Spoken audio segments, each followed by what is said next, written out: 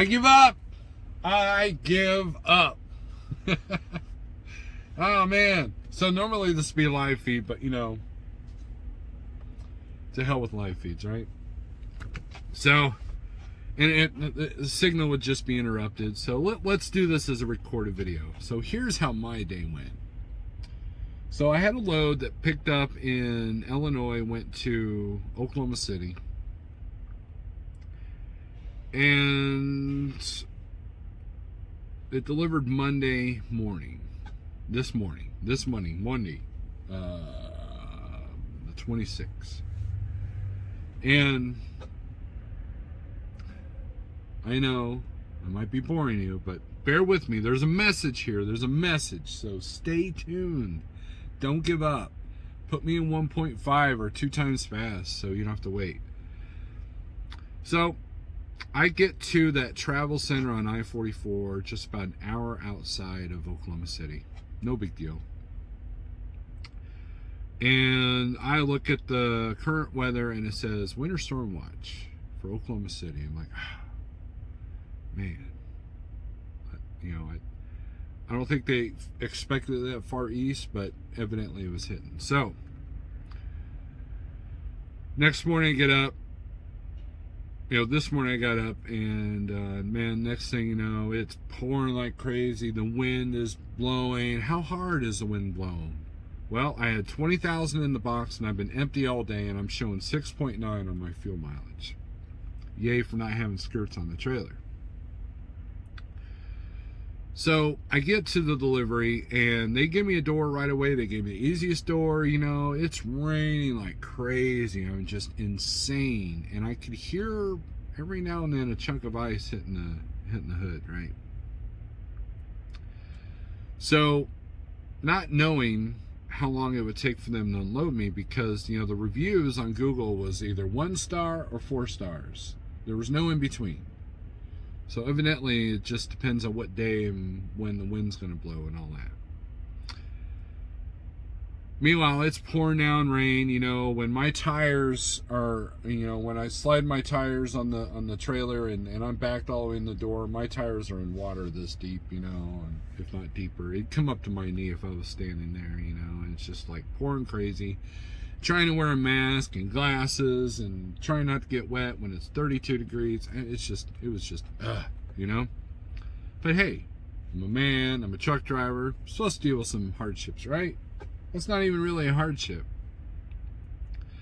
So they get me unloaded fairly quickly.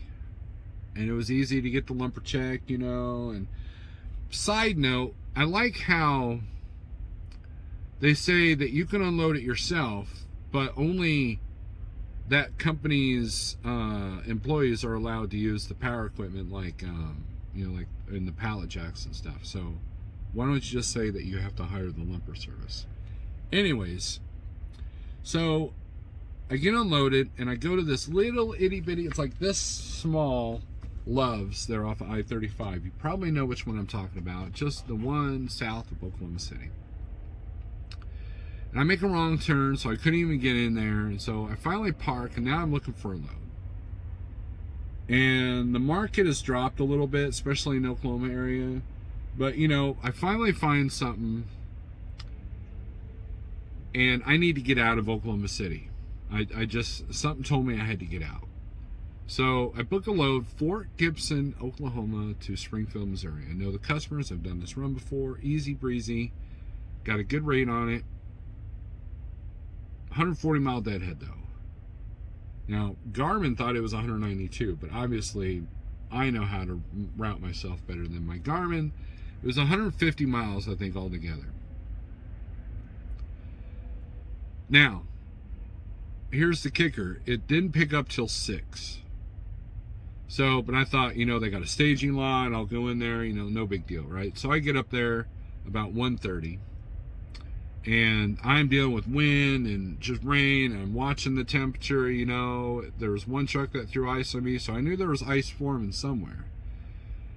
And I get to the customer, I check in, I blame my dispatcher for being the the DA to send me in so early, but hey, I'm just doing what my dispatcher tells me. I'm not lying. And the guy's like, we don't even have product here, and we won't have that product here for 2 days. So I call said broker, I get a truck order not used. Now I have nowhere to go again. So I get to the Quick Trip there in Muskogee. I look in Wheelendale, and my broker from a big carrier calls me up and says, hey, I got that Springfield to Tulsa. So I look at the weather, make a decision, got extra money for it, picked up tomorrow. So now I'm heading east again. So I'm rolling through the wind and rain, and and my very good friend Wes in Tulsa, Oklahoma called me and was giving me weather reports. And so I'm like, well, I need to get fuel in Joplin before I head into Springfield.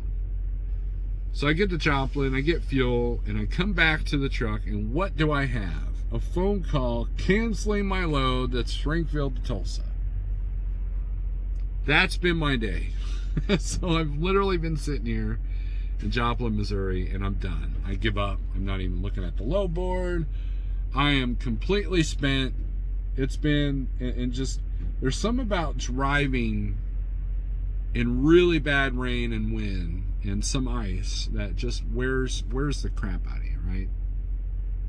And yeah, so here's the whole point of this story. There's a point. I'm not just telling you my boo-hoo issues. Here's your violin. Boo-hoo, Steve. You had a semi-rough day. Who cares, right? Who cares?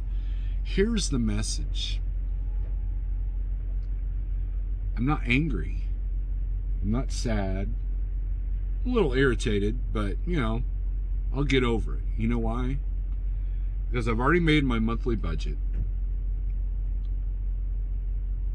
And I have to be home on Thursday night because of things going on at home and a doctor's office visit.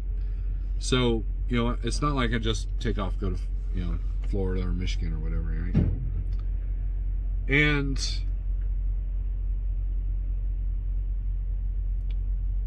here's how I looked at today.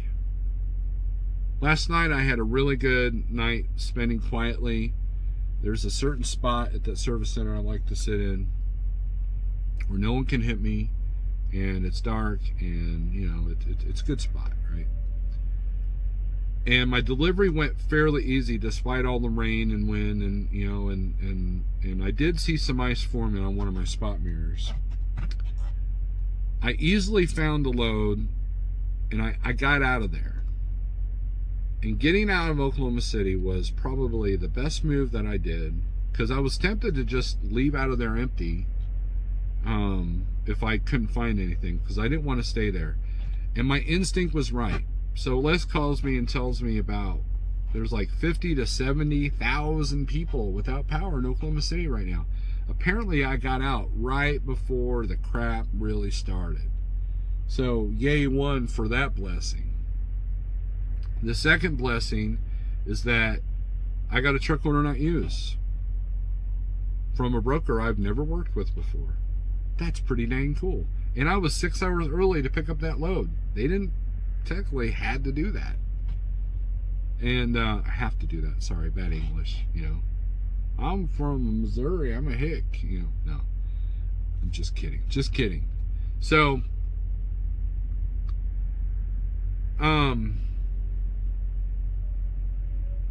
so that was the next blessing. I got basically $1 a mile for my deadhead.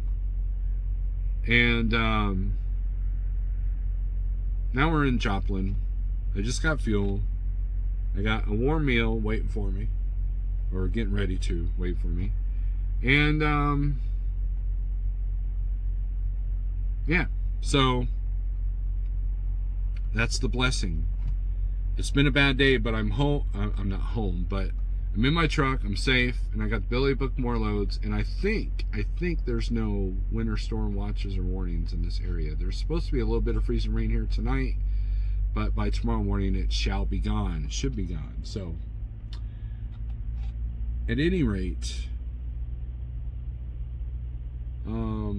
here's the message, okay?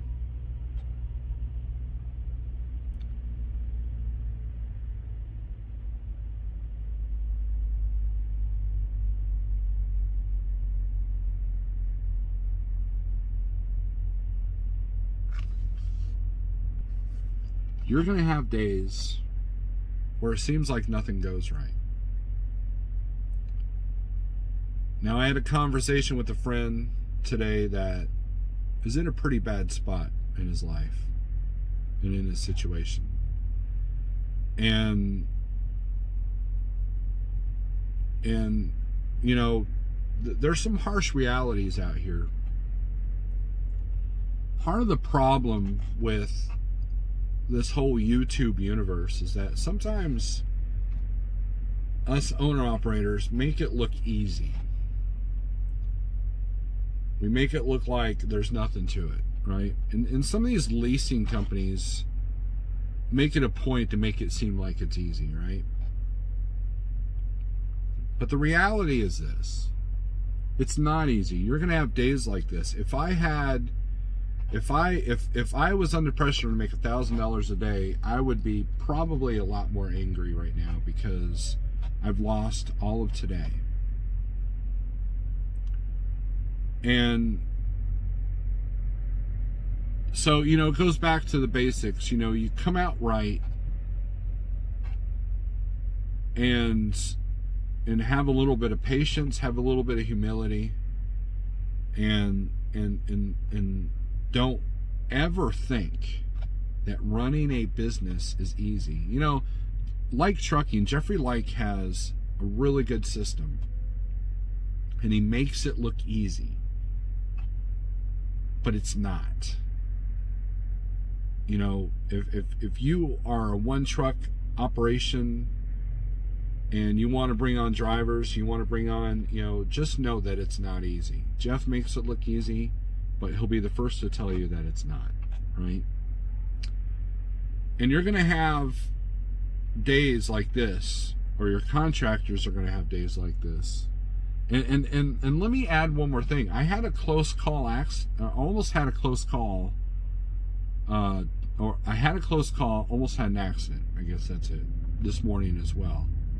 So I was already kind of frazzled this morning. There was a truck doing 40 miles an hour in the middle lane down I-35 right before you turn left to go south into Oklahoma City. And he had his four-ways on. Say a command. Let me fix that. Sorry. He had his four-ways on. And so I slowed down,